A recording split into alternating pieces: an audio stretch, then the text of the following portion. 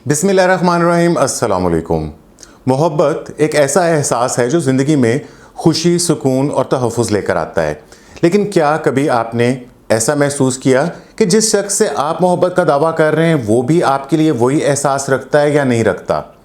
कुछ लोग मोहब्बत के अल्फाज बड़े खूबसूरत अंदाज में कहते हैं, लेकिन अगर गौर से सुने तो इनकी बातों में एक अजीब सा तज़ाद भी कई दफ़ा महसूस होता है। वो एक तरफ तो आपको यकीन दिलाते हैं कि वो आपसे मोहब्बत करते हैं, लेकिन दूसरी तरफ ऐसे जुमले बोलते हैं जो आपकी खुद एतमादी को कमज़ोर कर देते हैं और आपको जज्बाती तौर पर उलझन में डाल देते हैं।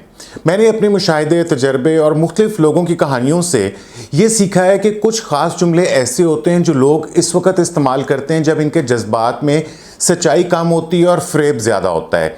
ये जुमले बज़ाहिर प्यार और हमदर्दी से भरे हुए होते हैं, लेकिन दर हकीकत इनका मकसद आपको काबू में रखना होता है और आपके जज्बात को कंट्रोल करना होता है। अगर आपको अपने किसी करीबी रिश्ते में बार बार ये जुमले सुनने को मिलते हैं तो शायद ये वक्त है कि आप रुक कर सोचें कि क्या ये रिश्ता जो है ये मोहब्बत पे मबनी है या महज ये सिर्फ एक चाल है।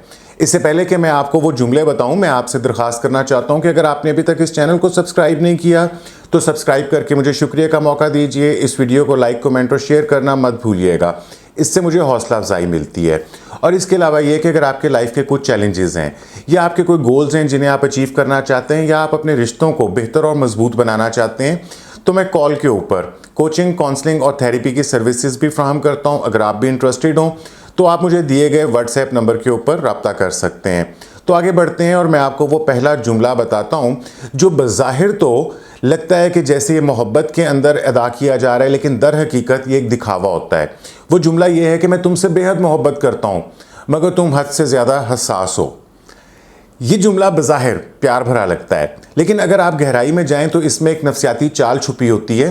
पहले वो आपको यकीन दिलाते हैं कि वो आपसे बेहद मोहब्बत करते हैं, लेकिन फ़ौरन ही आपके जज्बात को रद्द भी कर रहे होते हैं। ज़रा सोचें कि अगर आपने किसी बात पर दुख या नाराज़गी का इजहार किया और जवाब में ये सुनने को मिले कि तुम हद से ज़्यादा हसास हो, तो इसका मतलब क्या हुआ?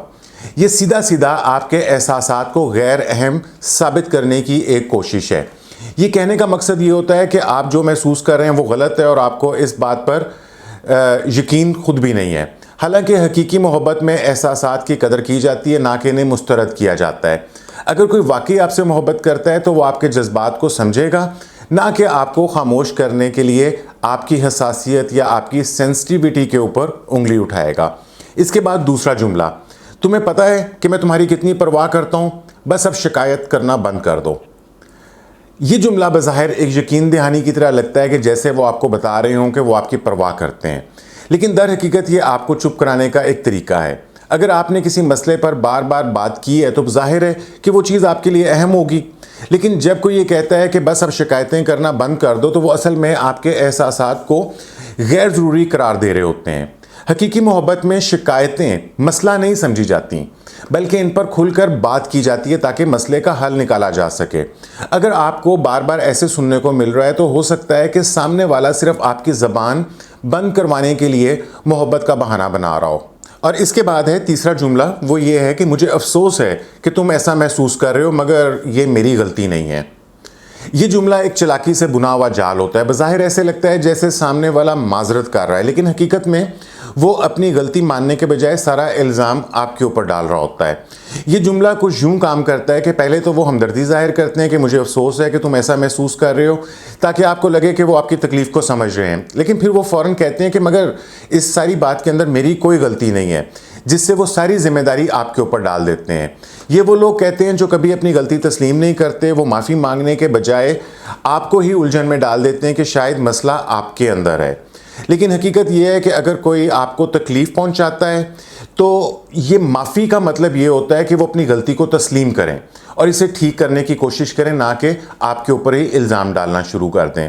और इसके बाद चौथा जुमला ये है कि मैं ये सब कुछ जो भी कर रहा हूँ ये हमारे रिश्ते के लिए कर रहा हूँ, तुम्हें तो बल्कि मेरा शुक्रगुजार होना चाहिए। ये जुमला अक्सर इन लोगों के मुंह से निकलता है जो अपनी कुर्बानियों को आपके खिलाफ एक हथियार के तौर के ऊपर इस्तेमाल करते हैं या करना चाह रहे होते हैं। मोहब्बत में एक दूसरे के लिए कुछ करना बिल्कुल फितरी बात है, लेकिन अगर कोई बार बार अपने सेक्रीफाइसेस, अपनी कुर्बानियों का जिक्र करे और आपके ऊपर दबाव डाले कि आपको उनका शुक्रगुजार होना चाहिए, तो ये असल में एक जज्बाती ब्लैकमेलिंग होती है। ये ऐसे ही है जैसे कोई आपके लिए कुछ करे लेकिन बाद में हर मौके पर आपको याद दिलाए कि मैंने तुम्हारे लिए सब कुछ किया, अब तुम्हें भी मेरे कहने के ऊपर चलना चाहिए। हकीकी मोहब्बत में किसी को शुक्रगुजार करने पर मजबूर नहीं किया जाता, बल्कि मोहब्बत बेलॉस होती है, और जब आप बेलॉस मोहब्बत करते हैं तो उसका रिजल्ट आपको ऑटोमेटिकली मिल जाता है। और इसके बाद पांचवा जुमला वो ये है कि तुम मेरे लिए सब कुछ हो, लेकिन तुम्हें मालूम होना चाहिए कि तुम्हें कोई और बर्दाश्त नहीं कर सकता। ये जुमला सुनने में बहुत रोमानवी लगता है कि जैसे कि वो कहना चाह रहे हैं कि तुम मेरे लिए सब कुछ हो, लेकिन इसके बाद जो बात आती है वो इंतहाई ख़तरनाक होती है कि तुम्हें कोई और बर्दाश्त नहीं करेगा। ये कहकर वो आपकी खुद एतमादी को कमज़ोर कर रहे होते हैं और वो आपको ये एहसास दिलाने की कोशिश करते हैं कि आप इतने काबिल मोहब्बत कोई नहीं है और कोई और आपको कबूल करेगा, और इसलिए आपको इन्हीं के साथ रहना पड़ेगा। ये जुमला लोगों को रिश्ते में कैद रखने का एक बहुत आम तरीका है। आपको ऐसा महसूस कराया जाता है कि अगर आपने ये रिश्ता छोड़ा तो आप अकेले रह जाएंगे। लेकिन याद रखें कि हकीकी मोहब्बत कभी भी आपकी खुद एतमादी को तोड़ने की कोशिश नहीं करती, बल्कि वो आपकी खुद एतमादी को मजबूत बनाती है। और इसके बाद छठा जुमला ये है कि तुम माजी को लेकर क्यों बैठे हुए हो या बैठी हुई हो, मैंने कहा ना कि मैं तुमसे मोहब्बत करता हूँ। यानी कि पुरानी बातों को छोड़ दो, जो कुछ भी हुआ उसकी वो कोई गलत या सही है हम उसके ऊपर बात नहीं करेंगे, बस अभी जो मैं तुम्हें कह रहा हूँ कि मैं तुमसे मोहब्बत करता हूँ।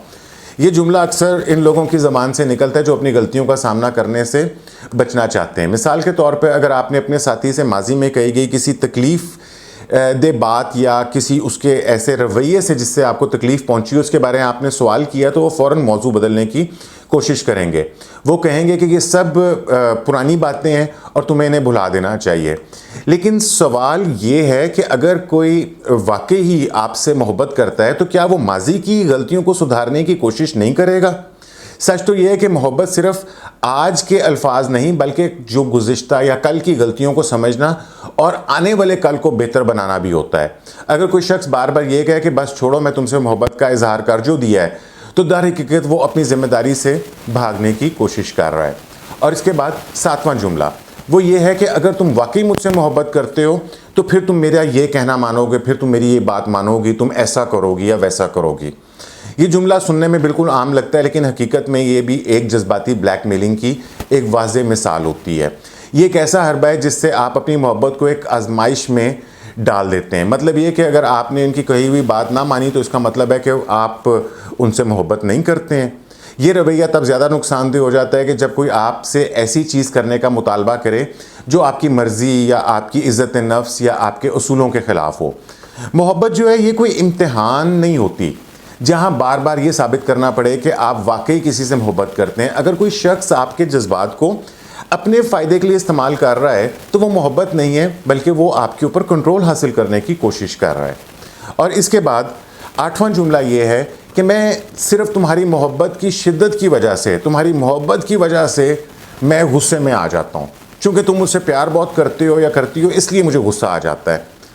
ये एक ऐसा जुमला है जो अक्सर वो लोग बोलते हैं जो अपने गुस्से और जारहाना रवैये को मोहब्बत का नाम देने की कोशिश करते हैं। क्या आपने कभी ये महसूस किया कि कोई शख्स आप पर चीख रहा हो, आपको बुरा भला कह रहा हो, और जब आप उनके रवैये पर सवाल करें तो वो आगे से ये जवाब दें कि मैं बस तुमसे इतनी ज़्यादा चूँकि मोहब्बत करता हूँ, मैं अपने जज्बात के ऊपर काबू ही नहीं रख सका या रख सकी। ये वो मुकाम होता है जहाँ मोहब्बत और ज़हनी अजियत में फ़र्क करना ज़रूरी हो जाता है। अगर कोई मोहब्बत की आड़ में आपको तकलीफ़ दे रहा है तो ये मोहब्बत नहीं है, बल्कि ये एक जहरीला और टॉक्सिक रवैया है। असल मोहब्बत जो है वो सुकून, एहतराम और आपकी जज्बाती फ़लाह बहबूद को, आपकी वेलफेयर को तरजीह देती है। ये आपको बेबस या खौफज़दा नहीं करती है। तो हकीकी मोहब्बत की पहचान क्या है? अगर आप इनमें से जो मैंने जुमले आपको बताए हैं ये बार बार सुन रहे हैं तो ये सोचने का वक़्त आ गया है कि आप जिस ताल्लुक़ में हैं वो वाकई ही मोहब्बत पर मबनी नहीं है, बल्कि शायद इसके अंदर जज्बाती कंट्रोल और ब्लैकमेलिंग शामिल है।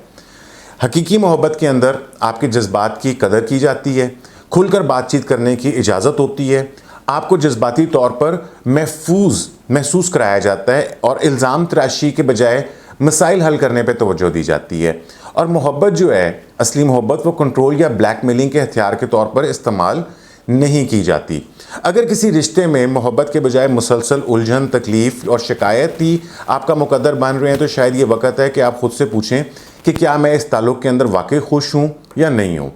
तो आखिर में मैं ये कहूँगा कि आपकी मोहब्बत और आपकी इज़्ज़त नफ्स जो है वो ज़्यादा कीमती चीज़ है।